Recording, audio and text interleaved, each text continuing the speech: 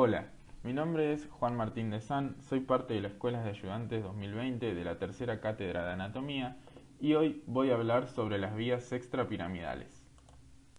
Los objetivos de esta clase van a ser definir qué es una vía, nombrar las características y las funciones de las vías extrapiramidales y describir el origen, el trayecto y la terminación de cada vía extrapiramidal. Para comenzar vamos a definir qué es una vía.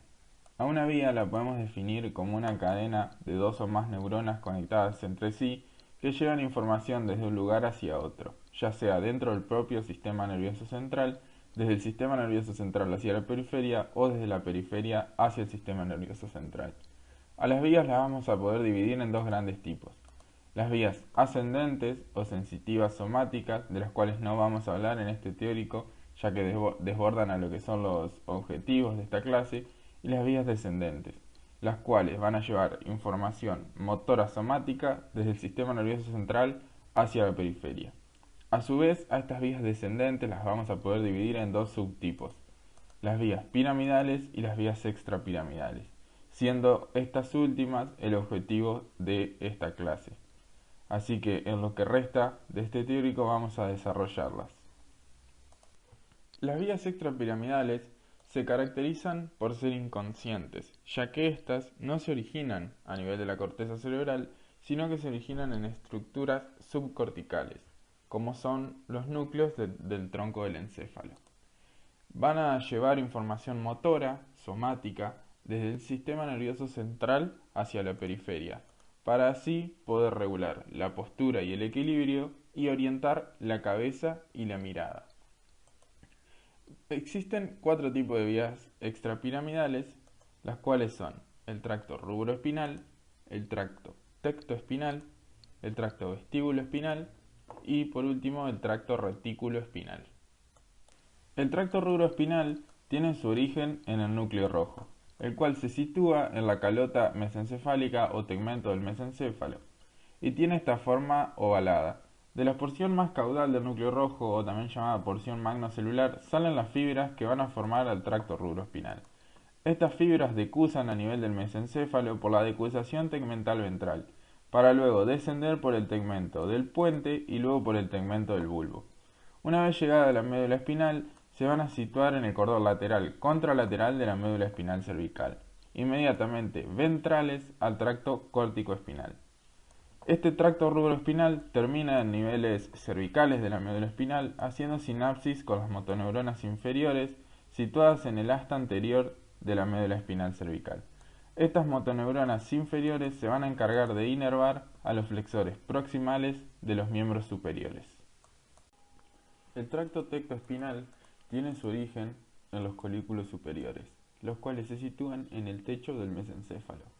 Desde esta vista dorsal del tronco del encéfalo, en la cual podemos decir que esto es más rostral porque vemos por ejemplo el mesencéfalo y esto es más caudal porque por ejemplo vemos al bulbo, se pueden observar a los colículos superiores formando dos protrusiones que también reciben el nombre de tubérculos cuadrigéminos superiores. Estos colículos superiores están formados por una sucesión de capas alternantes de sustancia gris y sustancia blanca. Las capas de sustancia gris más profundas contienen los somas neuronales que van a dar origen a las fibras eferentes de los colículos superiores. Estas fibras se pueden dirigir al tálamo, al tronco del encéfalo y también a la médula espinal. Estas fibras que se dirigen a la médula espinal son las que van a dar origen al tracto tectoespinal y van a decusar a nivel de la decusación tegmental dorsal, inmediatamente ventrales con respecto a la sustancia gris periacueductal y al núcleo del óculo motor. Luego van a descender a lo largo del puente y del bulbo para situarse en el cordón anterior de la médula cervical contralateral. Allí se van a situar ventral y lateralmente con respecto a las fibras córtico-espinales mediales. Este tracto tectoespinal termina en niveles medulares cervicales, haciendo sinapsis con motoneuronas inferiores que se sitúan en el asta anterior de la médula espinal cervical y que se encargan de darle inervación a los músculos del cuello, para así poder orientar la cabeza ante un estímulo. El tracto vestíbulo-espinal tiene su origen en los núcleos vestibulares. En esta imagen, la cual es una vista dorsal del tronco del encéfalo, podemos decir que esto es más rostral porque vemos al mesencéfalo y esto es más caudal porque vemos al bulbo. Podemos identificar a los núcleos vestibulares, los cuales son 4, uno superior, uno inferior, uno medial y otro lateral. Como se ve en esta imagen, estos núcleos se sitúan en las porciones más caudales del puente y en los niveles más rostrales del bulbo.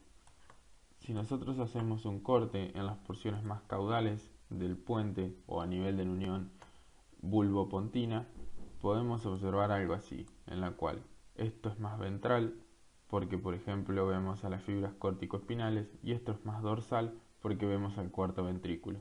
Y a este nivel vamos a poder identificar al núcleo vestibular superior, al núcleo vestibular lateral y al núcleo vestibular medial, en íntima relación con el piso del cuarto ventrículo o fosa romboidea. Si nosotros hacemos un corte a niveles más caudales, es decir, a niveles rostrales del bulbo, vamos a poder observar un corte más o menos así, en el cual esto es más ventral porque vemos a las pirámides vulvares y esto es más dorsal porque aquí estaría el cuarto ventrículo. Y en estos niveles vamos a poder observar al núcleo vestibular lateral, al núcleo vestibular inferior y al núcleo vestibular medial, por ejemplo. Los núcleos vestibulares van a dar origen a distintas fibras eferentes, las cuales, por ejemplo, se van a dirigir hacia la corteza y otras van a dirigirse hacia la médula espinal. Las fibras que se dirigen hacia la médula espinal son las fibras vestíbulo-espinales, las cuales las vamos a dividir en fibras vestíbulo-espinales laterales y fibras vestíbulo-espinales mediales. Las fibras vestíbulo-espinales laterales tienen su origen principalmente en los núcleos vestibulares inferior y lateral y van a dar origen al tracto vestíbulo-espinal lateral, mientras que las fibras vestíbulo-espinales mediales tienen su origen principalmente en los núcleos vestibulares medial, lateral y también en el núcleo vestibular inferior y van a dar origen al tracto vestíbulo-espinal medial. Así nos van a quedar conformados el tracto vestíbulo-espinal lateral y el tracto vestíbulo-espinal medial. El tracto vestíbulo-espinal lateral va a estar compuesto por las fibras vestíbulo-espinales laterales, las cuales tienen su origen a nivel de los núcleos vestibulares lateral e inferior principalmente. Estas fibras van a descender primero pasando por el bulbo sin decusar para así poder alcanzar el cordón anterior ipsilateral de la médula espinal y descender a lo largo de toda la extensión de la médula espinal. A medida que este tracto desciende, va a ir haciendo sinapsis con las motoneuronas inferiores situadas en el asta anterior de la médula espinal. Estas motoneuronas inferiores se van a encargar de darle inervación a los extensores paravertebrales y extensores proximales de las extremidades, para así poder regular el equilibrio y la postura.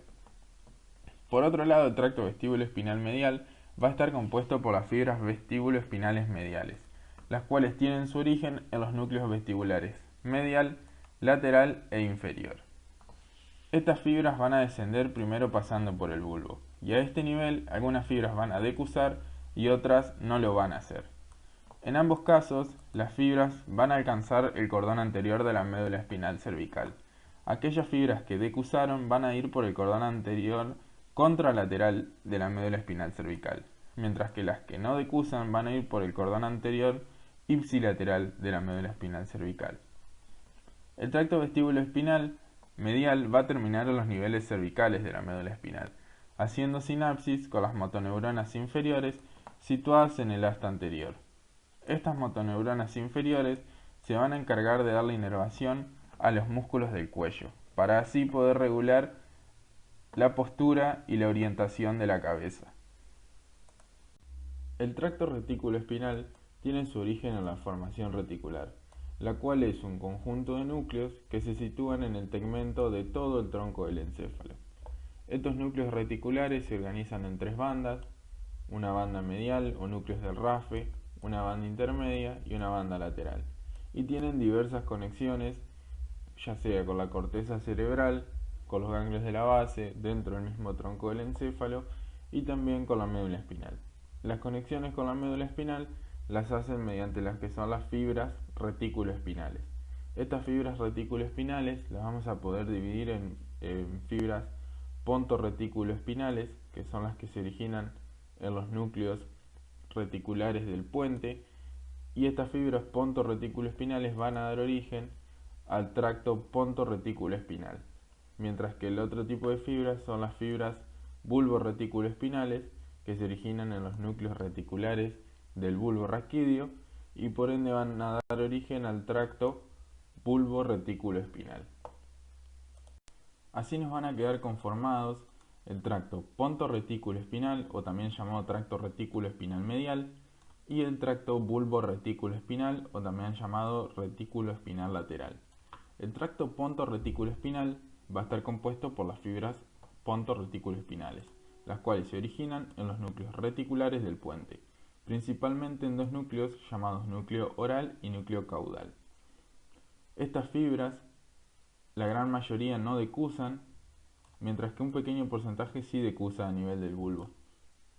Primero van a descender a nivel del bulbo y luego se van a situar en los cordones anteriores de la médula espinal. Las fibras que decusaron van a ir por el cordón anterior contralateral, mientras que las que no decusaron van a ir por el cordón anterior ipsilateral. Este tracto se va a extender a lo largo de toda la médula y a medida que va descendiendo hace sinapsis con motoneuronas inferiores que inervan a los músculos extensores paravertebrales y extensores proximales de las extremidades. Por otro lado, el tracto bulbo-retículoespinal o retículo espinal lateral va a estar compuesto por las fibras bulbo-retículoespinales, las cuales se originan en los núcleos reticulares del bulbo raquídeo, principalmente en un núcleo que recibe el nombre de núcleo gigantocelular. Estas fibras